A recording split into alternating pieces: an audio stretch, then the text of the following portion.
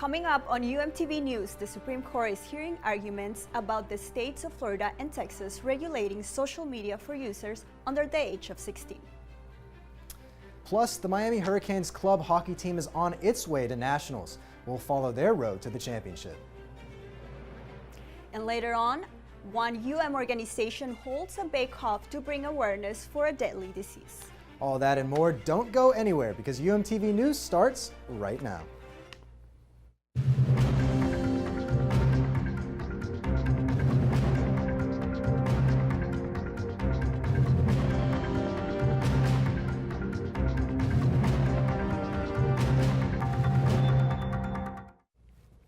Hello and welcome to this week's edition of UMTV News. I'm Ryan Marshall. And I'm Belen Duran. Thank you for joining us today. The Supreme Court has now heard arguments that have the potential to change the course of social media and impact the future of the internet in the country. Texas and Florida have both passed laws that forbid social media companies from blocking or removing user content that goes against platform rules. At the heart of Monday's Supreme Court arguments, the First Amendment, can states ban social media companies from blocking content in order to protect their users' free speech, or does doing so infringe the company's First Amendment rights to moderate their own platforms? If this statute goes into effect, we sort of have to fundamentally change our business models. Texas and Florida both passed laws in 2021 looking to keep social media sites from what the states describe as unfairly silencing conservatives. Florida Solicitor General Henry Whitaker argues the state law is constitutional because it targets behavior, not expression. He says the companies act like public utilities and should be regulated the same way. The telephone company and the delivery service have no First Amendment right to use their services as a choke point to silence those they disfavor. Opponents, including NetChoice and industry groups suing to block both laws, argue the laws violate the company's own First Amendment rights to decide what speech to welcome on their private platforms. Their attorney telling the Supreme Court the broad nature of the laws could lead to a wide range of unintended consequences. These same companies are getting hammered by people that say we're not doing enough to keep material that's harmful to children off of these sites, and yet these laws make it impossible for us to keep material that's harmful to children off of our sites. The Supreme Court justices will decide if social media platforms can choose from themselves what content goes on their sites and what can be removed. Earlier today, police released security and body cam footage from a shooting that occurred at a church in Lakewood, Texas on February 11th. Before the shooting, a security camera showed the moments when the shooter named Janice Moreno parked her car outside the church and took her 7-year-old son out of the back seat. Moreno was killed by a security officer and her child was critically wounded. A church volunteer was also shot. President Biden has gathered the top 4 congressional leaders at the White House today as lawmakers are running out of time to avoid another partial government shutdown. Biden plans to outline the importance of the legislation to keep federal funding going past midnight on Friday, along with his request for billions of dollars in aid for Ukraine and Israel. It was an intense meeting, it was an honest meeting, and ultimately it was a productive meeting. Ultra-conservatives have caused the government to enforce a shutdown or a partial shutdown 3 times in the past 6 months. They continue to ask for more spending cuts and more conservative policy regulations built into regulating how federal money is spent. An estimated 7.3 million students could become eligible for Pell Grants after an update to the financial aid application. The Education Department has announced an update to the free application for federal student aid, or FAFSA form. The update will change the way it calculates financial aid awards by ensuring the formula meets the standards of the FAFSA Simplification Act. This act requires the Education Department to take into account the student's family size and the federal poverty level in order to make more students eligible for grants. Updates will begin in the upcoming 2024 through 2025 school year. This Tuesday, voters in Michigan headed to the polls for the presidential primary election. The election race focused on presidential incumbent Joe Biden as well as Republican contenders Donald Trump and Nikki Haley. as they battle for front-runner status. Meanwhile, a new campaign emerged called Listen to Michigan, where voters were being encouraged to vote uncommitted to show discontent for the way Biden is handling the Israel-Hamas war. This campaign is important for Detroit, which has a large population of Muslim and Arab Americans. Still ahead on UMTV News, we will introduce you to one golf course resident who pays it forward for his community. Stay tuned because UMTV News will be right back after a short break. Is it time yet? It's time. Let's start time for dinner. Oh, terrific. Pasta dinner. Donating pet food is one of the many ways you can help families in your community. Pets and people belong together. Learn more at petsandpeopletogether.org. Golf is one of the most expensive sports in the world, and one round can cost hundreds of dollars. But sometimes golf is also about giving back. Sonny Carton joined us today to tell us how. Sonny? Miami is home to hundreds of beautiful golf courses, and most of these courses feature houses that many people call home. While some only live on the course to play golf or enjoy the scenery, one man uses his proximity to the golf course to give back to others. Meet Gary Sprague. He is a retired sailor who spent most of his adult life on the water. I actually started the first official incorporated sailing school in the state of Florida in 1987. Gary lives in Kendall along the Killian Greens golf course. About a year ago, while taking his dog Skipper for a walk, Gary had an idea. I realized I had over 100 balls. What am I going to do with these? I wanted to sell them back to golfers. And that's when I had this thought, instead of just taking the money for myself, I wanted to do something special for the homeless on the streets. So that's what I did. Once he finds the balls, he cleans them, trying to restore them to their original quality. However, even once he's finished cleaning the balls, his work is far from finished. I have a sign, which I showed you, that I put out right out here on my nautical rope fence, and it says, just wave if you want golf balls. And I sit in my chair watching TV and I can see them wave. So that's how I come out and give them. Golf balls are expensive, with the price of one ball ranging anywhere from $2 to $10. And with the average golfer using hundreds of balls every year, this can add up to thousands of dollars. Because of this, golfers like myself jump at the chance to not only buy balls for the best price in town, but to get to see Gary smile as he walks out with a box of balls in hand. In the last year, Gary has made just under $700 from selling the lost balls, but he hasn't spent a penny of it on himself. What made it so much fun for me is the look on their faces, because I wasn't handing them a $1 bill, which anybody has. They realized, and now they're calling me the $2 bill guy. One of the people Gary has helped is Jessica. He saw her selling drinks to drivers by Dadeland Mall one day and decided to walk over to her. It was a little bit, like a couple weeks before Christmas, this past Christmas. And it was actually the first night that I came over here. He was generous enough to give he gives $4, two $2 bills to each person. I love it, absolutely love it, because I love people. So I get to meet new people just like yourself all the time. We didn't know that we were going to see him again. We didn't know he did it often or all the time. But then when we started seeing him frequently, we just thought it was really nice of him, really generous of him.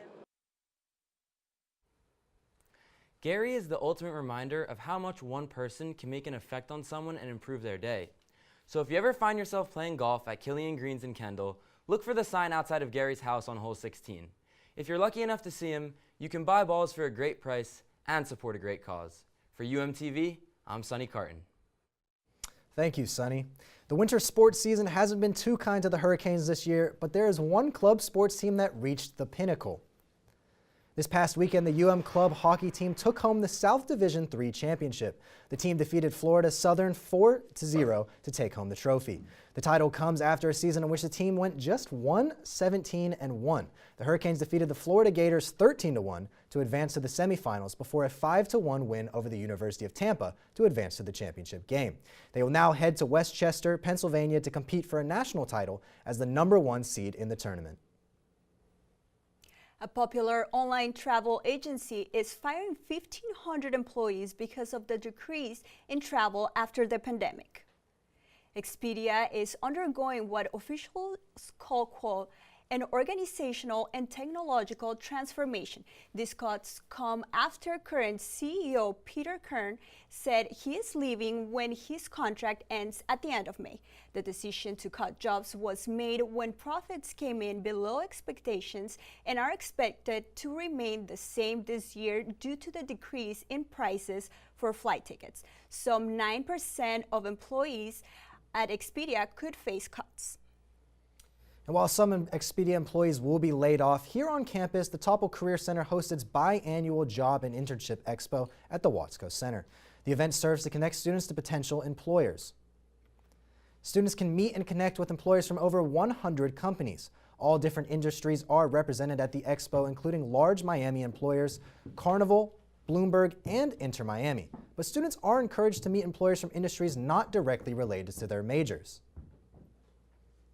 Students may not recognize that sometimes their majors may actually overlap into industries. So just for example, like accounting can overlap into anything. They don't just have to talk to accounting industries, but they can also talk to those that are in retail or tourism if they're interested in being in that. And the career fair is going on until 5 p.m. this afternoon, so if you have your resumes ready, head on over to connect with employers. Coming up, one shopping giant is saying a big goodbye, and Mary did find a little lamp in one South Florida city. Stay with us as UMTV News will be right back.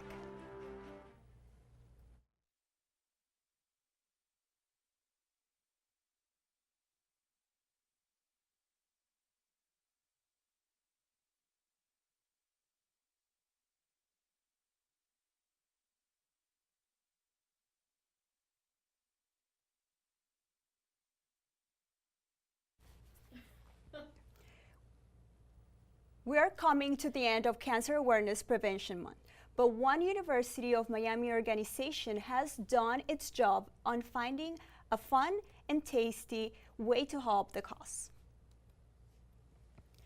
Our reporter Nick Marino joins us now live outside with more. Nick?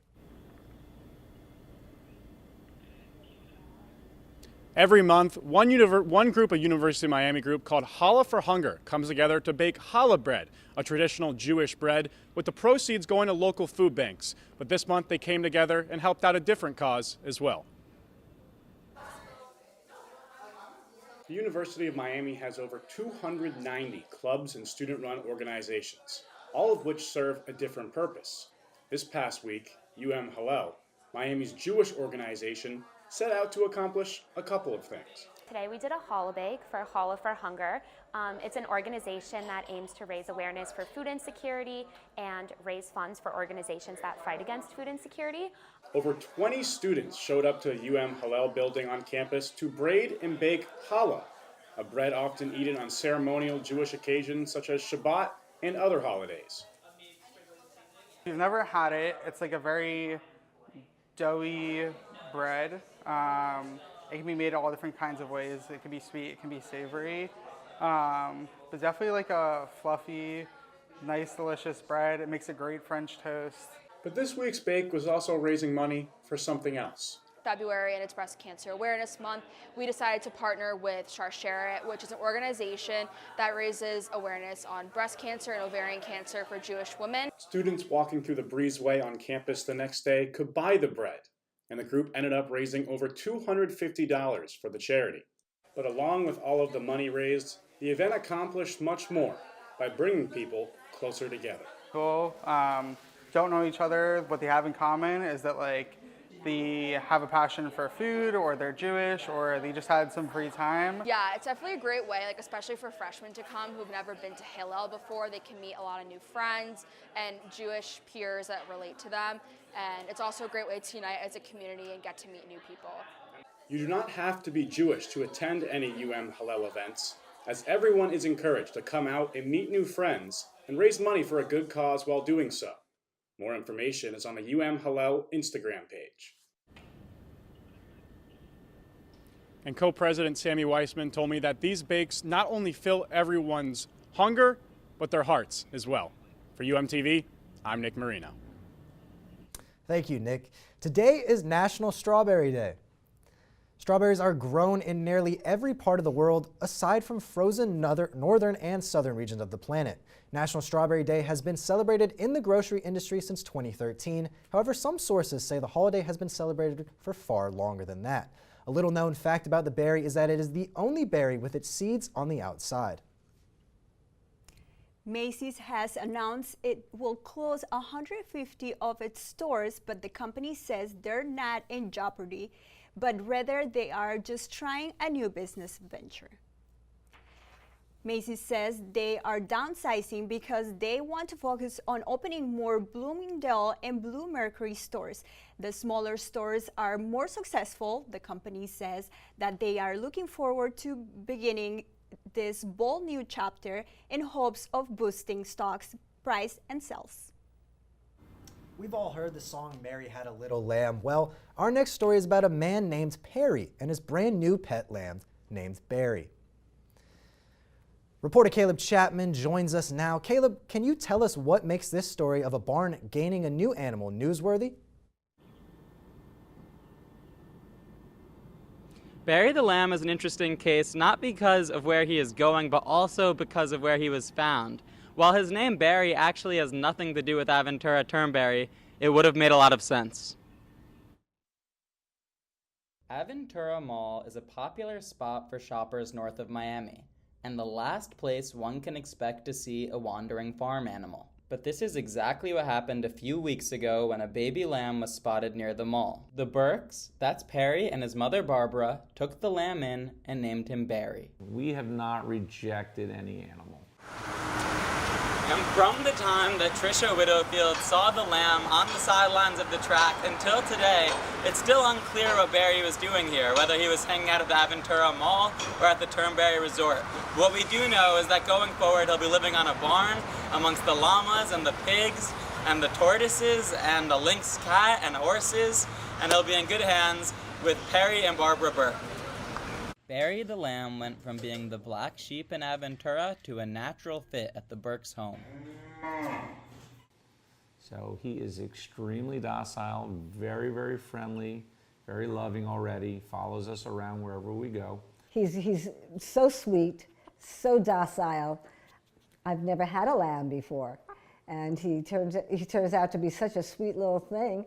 It's hard to say no once you see him.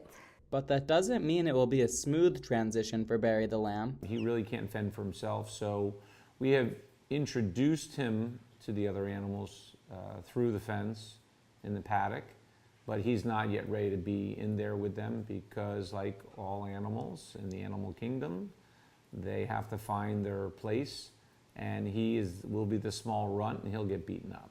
So the Burks are doing what they can to prevent that from happening. So right now, he's sleeping in the house, and he'll go out during the day, but he comes in at night, and where he's fully protected, and he'll be a house pet for a little while. And he's a baby, and probably in another world, another place, he would be with his mother. So I feel sorry for him, and I'm trying to be a mother to him. For Barry, Perry, and Mrs. Burke, one more animal on the farm just means one more member of their family. Barry the lamb is only 4 months old now, so there is concern that as he gets older and bigger and really becomes a ram with his horns, that he might become more aggressive. But the Burks are hoping that in their care, they could avoid that scenario. I would love to find a lamb on the street. Yeah, I think at the end of the day, we're just all happy that Perry found his little lamb.